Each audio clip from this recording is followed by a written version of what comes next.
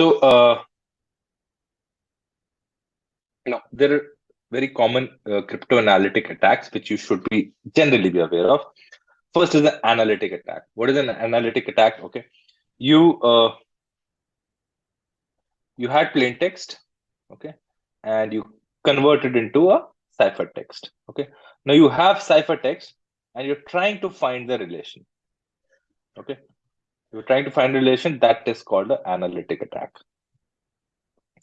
Now, weak systems you will be able to analyze easily. Like once we said that, militants are using very common terms like Nariel and other things, right? That was a simple analytic way of interpreting what you mean. Then you have something called the implementation attack. What is the implementation attack? Okay, you're using AES 128, but you're using a Python library to implement this AES 128 in your application. You yourself coded incorrectly. There is nothing wrong with the AES 128, but you left your application vulnerable once you implemented the programming technique. Such kind of attacks are called implementation attacks. Means I've tried to find a flaw in your implementation and I exposed that flaw. Okay. Then you have something called statistical attacks. Statistical attacks are you try to read if there are any repetitions. Okay. If there are repetitions, then you come to know that the original word also had a repetition. Okay. Weaker algorithms have the statistical, anomalies, and hackers, they build, programs which can find this statistical anomaly and can find a relation between the plain text and the ciphertext. Basically, algorithm is the relation, right? I'm trying to find the relation. By doing a statistical analysis, I can find what is the relation between the plain text and the ciphertext. Then brute force attack, we are all aware of. We will try to, apply all the key spaces. You will try all the passwords possible, and that is called a brute force attack. Then there is something called a fault injection attack. Now, what a fault injection attack is, the most simplest example is of your home routers. Okay, once you bring your device near, right, your device does a handshake with your router, okay, to establish the connection. What I can do as a hacker, if I'm listening, I will inject a fault into this handshake. Okay, I'll try to inject a fault to see that once you're doing the key exchange, okay, can I inject a fault and find your key? Okay, such attacks are possible with weaker algorithms. Okay, that's called a fault injection attack. Then there is something called a side channel attack. What is a side channel attack? Side channel attack is, okay, Alex and Bob are passing the message using a secure system, right?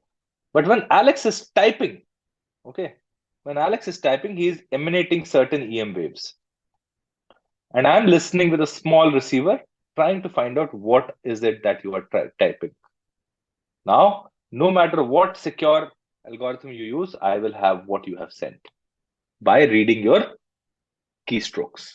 Okay, or I'm putting a small binocular in my house and trying to see what you are typing. So what I've done a side channel attack, because I cannot, I cannot hack this. So I'm doing a side channel attack. I'm trying to find a loophole in your process. Such attacks are called side channel attacks. And then you have something called timing channel attacks. Now, what happens? Say a process A tells the CPU to encrypt something, or to do an encryption. So now CPU will encrypt, but he has to write it somewhere, right? It goes and writes it at a memory space, some memory location A. And another process B is supposed to pick up this data and write it into the hard disk. Okay, because primary memories cannot store data. The moment electricity is gone, they will lose this data. So they have to write. Process B is supposed to write. So what will happen? A spooling takes place, right? A program tells process B to check whether the encryption data has come or not. Now, suppose the CPU writes at 1 millisecond and process B checks at 2 milliseconds, right? There is a 1 millisecond gap. And the hacker is able to pick this data from this particular time slot. Okay, such attacks are called timing channel attacks, wherein I'm making use of time, I'm making use of vulnerabilities in the reading of the data by another process and picking up the data from the memory. Okay, read about a lot of CPUs which had this timing channel issues, wherein a lot of data could be leaked by hackers. One of the attacks which is very famous is called the mimikads. Okay, mimikads attack can read the unencrypted data from your memory and leak it out to a command and control network. Okay, so this is the way you attack the encryption system. Okay, now there are a few things which you should be aware of. First is the rainbow table. What is the rainbow table? What happens? Hackers, they hack multiple sites, okay, and they have very common passwords. Okay, admin 123, ABCD 1234, some very common names, John 123, Winter 2024. They carry out a hash and put it in a known table. Okay, so that other hackers can use these hash tables and crack selective brute forcing of websites and places where username and passwords are used. Okay. Frequency analysis. Frequency analysis is a technique by which you're trying to read how many times a particular letter has appeared in a encryption, in an encrypted message to find out the logic of the encryption. Then you do encryption analysis by a method called known plain text. Now, what is the known plain text attack is? You have the plain text, okay, and you have the ciphertext. You're trying to say, and this is the actual message, and this is the encrypted message, and you're trying to find out the relation between the encrypted and the plain text message. Because you know the plain text, this attack is called a known plain text attack. Now, in AES, you can carry this out. Okay, you can have plain text and ciphertext, but you still cannot find the correlation, and that's why AES is still considered to be, unbroken. That's called a known plain text attack. Then there is something called a chosen plain text attack. What is a chosen plain text attack? Is you have the plain text, okay, and you choose only certain part of the plain text, because it's very difficult for you to analyze the complete plain text. This plain text could be 100 of pages, so you only take certain part of the plain text and you try to find in the encrypted message where is the logic. You try to find the logic. So this can help you in doing a cryptanalysis attack. Okay, you can do cryptanalysis by using these techniques.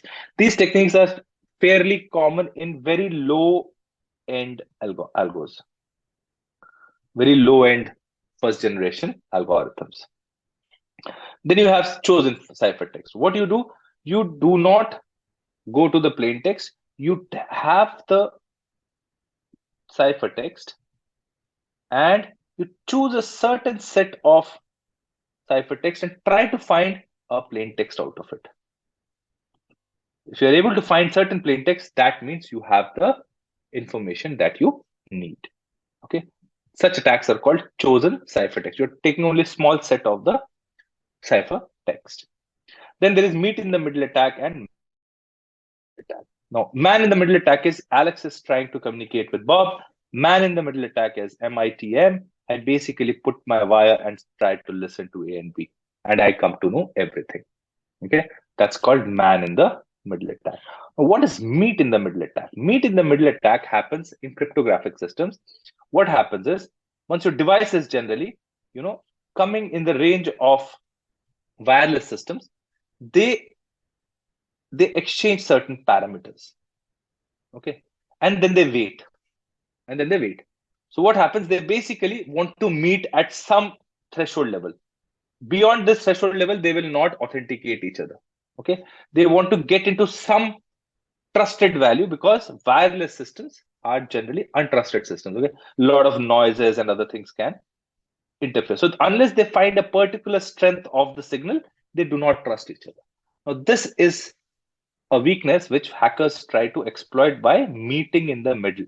They know that this is the range where this router will accept the a device. So they try to meet in the middle and try to showcase that the hacker tries to become this end. It takes the data from the router and goes in the middle and tries to replicate the actual device. Such attacks are called meet in the middle attacks.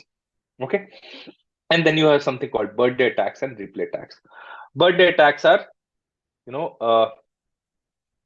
trying your, people are birthday attack. I'm forgetting birthday attacks. Just a second. Let me just refer back. What is a birthday attack? I think it is use of finding a collision, if I'm not wrong. Yeah. Birthday attack is